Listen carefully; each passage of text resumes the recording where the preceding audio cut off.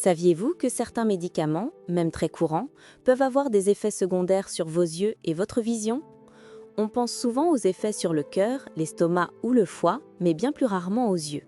Pourtant, certains traitements, qu'ils soient prescrits par votre médecin ou disponibles sans ordonnance à la pharmacie, peuvent parfois provoquer une sécheresse, des troubles visuels passagers, voire, dans de très rares cas, des complications plus sérieuses. Aujourd'hui, je vais vous présenter 10 médicaments utilisés en France qui peuvent avoir un impact sur vos yeux. Le but n'est pas de vous inquiéter, mais de vous informer. Car quand on connaît les effets possibles, on peut mieux les reconnaître et en parler à son médecin. Avant d'entrer dans le vif du sujet, si la santé de vos yeux vous intéresse et que vous voulez apprendre à mieux protéger votre vision, pensez à vous abonner à cette chaîne pour ne rien rater des prochaines vidéos. Commençons donc par les médicaments contre les allergies.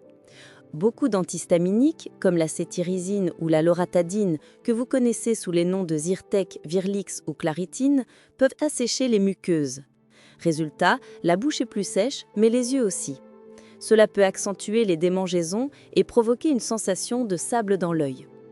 Ce n'est pas dangereux, mais désagréable et dans ce cas, des larmes artificielles peuvent soulager. Certains sprays nasaux à base de corticoïdes, comme la fluticasone, sont aussi utilisés contre les allergies. Ils sont très efficaces, mais sur le long terme et chez certaines personnes à risque, ils peuvent légèrement augmenter les chances de développer un glaucome ou une cataracte.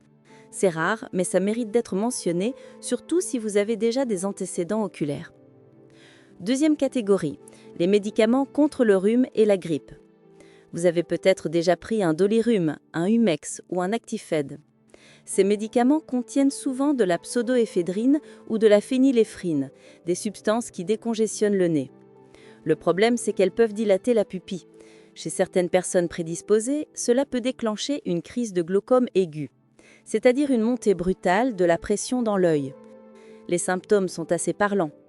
Œil rouge et douloureux, vision floue, halo autour des lumières, parfois même nausées. Si cela survient, il faut consulter en urgence. Rassurez-vous, c'est rare, mais c'est typiquement le genre de complications qu'on évite si on sait reconnaître les signes. Troisième exemple, les médicaments prescrits dans le TDAH, comme la Ritaline ou le Concerta. Ces traitements stimulants peuvent entraîner une dilatation des pupilles et donc modifier la capacité de l'œil à faire la mise au point. Certaines personnes décrivent une vision qui fluctue au cours de la journée, nette, puis floue, puis nette de nouveau. Cela peut aussi accentuer des problèmes de convergence, c'est-à-dire la difficulté à aligner les deux yeux pour lire ou travailler de près. Là encore, rien de dramatique, mais si la vision devient gênante, il est important d'en parler à son ophtalmologiste. Quatrième catégorie, les médicaments pour les troubles de l'érection, comme le Viagra et ses génériques. Leur principe actif, le sildenafil, agit sur la circulation sanguine et cela peut parfois toucher la rétine. Certaines personnes décrivent une vision teintée de bleu ou une sensibilité inhabituelle à la lumière. Ces effets disparaissent en général en quelques heures. Mais dans de très rares cas, ces médicaments ont été associés à une atteinte du nerf optique pouvant entraîner une baisse de vision brutale. Cela reste exceptionnel, mais si vous prenez ce type de traitement et que vous constatez un changement soudain de votre vue, il faut consulter sans attendre. On passe maintenant au traitement chronique. L'amiodarone, utilisé en cardiologie pour les troubles du rythme cardiaque, est très connu des ophtalmologistes. Presque tous les patients qui en prennent développent à la surface de la cornée de petits dépôts microscopiques en forme de tourbillon. Heureusement, cela ne gêne presque jamais la vision. En revanche, dans de rares cas, l'amiodarone peut être associé à une atteinte du nerf optique. C'est pour cela que les patients sous cordarone sont souvent suivis régulièrement par leur ophtalmologiste. Un autre médicament qui mérite d'être cité est le topiramate, prescrit contre l'épilepsie ou la migraine. Il peut, chez certaines personnes, déclencher un glaucome aigu par un mécanisme un peu particulier. Il provoque un gonflement à l'intérieur de l'œil qui pousse l'iris vers l'avant et bloque le drainage de l'humeur aqueuse. Cela entraîne une montée rapide de la pression intraoculaire. Heureusement, si le traitement est arrêté rapidement, tout rentre dans l'ordre. Mais si vous débutez ce médicament et que vous remarquez des douleurs oculaires, des troubles visuels ou des maux de tête inhabituels, c'est un signal d'alerte. Un cas très connu, c'est celui de l'hydroxychloroquine, plus connu sous le nom de Plaquenil, utilisé dans le lupus ou la polyarthrite rhumatoïde. Ce médicament est globalement bien toléré, Mais après plusieurs années, à forte dose, il peut abîmer la rétine de manière irréversible. Le risque est faible, autour de 1% après 5 ans de traitement. Mais c'est la raison pour laquelle un suivi ophtalmologique régulier est indispensable. Autre traitement très répandu, le tamoxifène, prescrit dans le cancer du sein.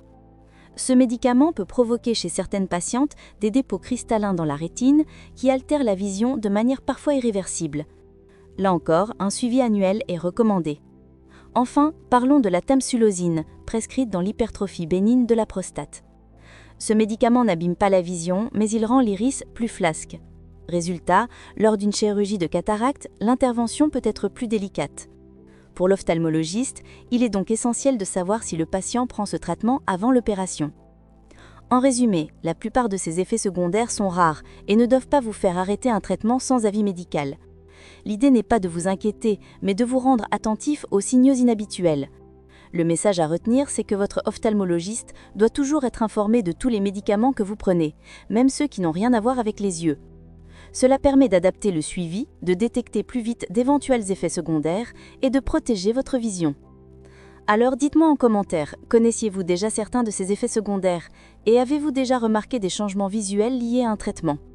Si cette vidéo vous a appris quelque chose, pensez à mettre un pouce bleu et à la partager autour de vous.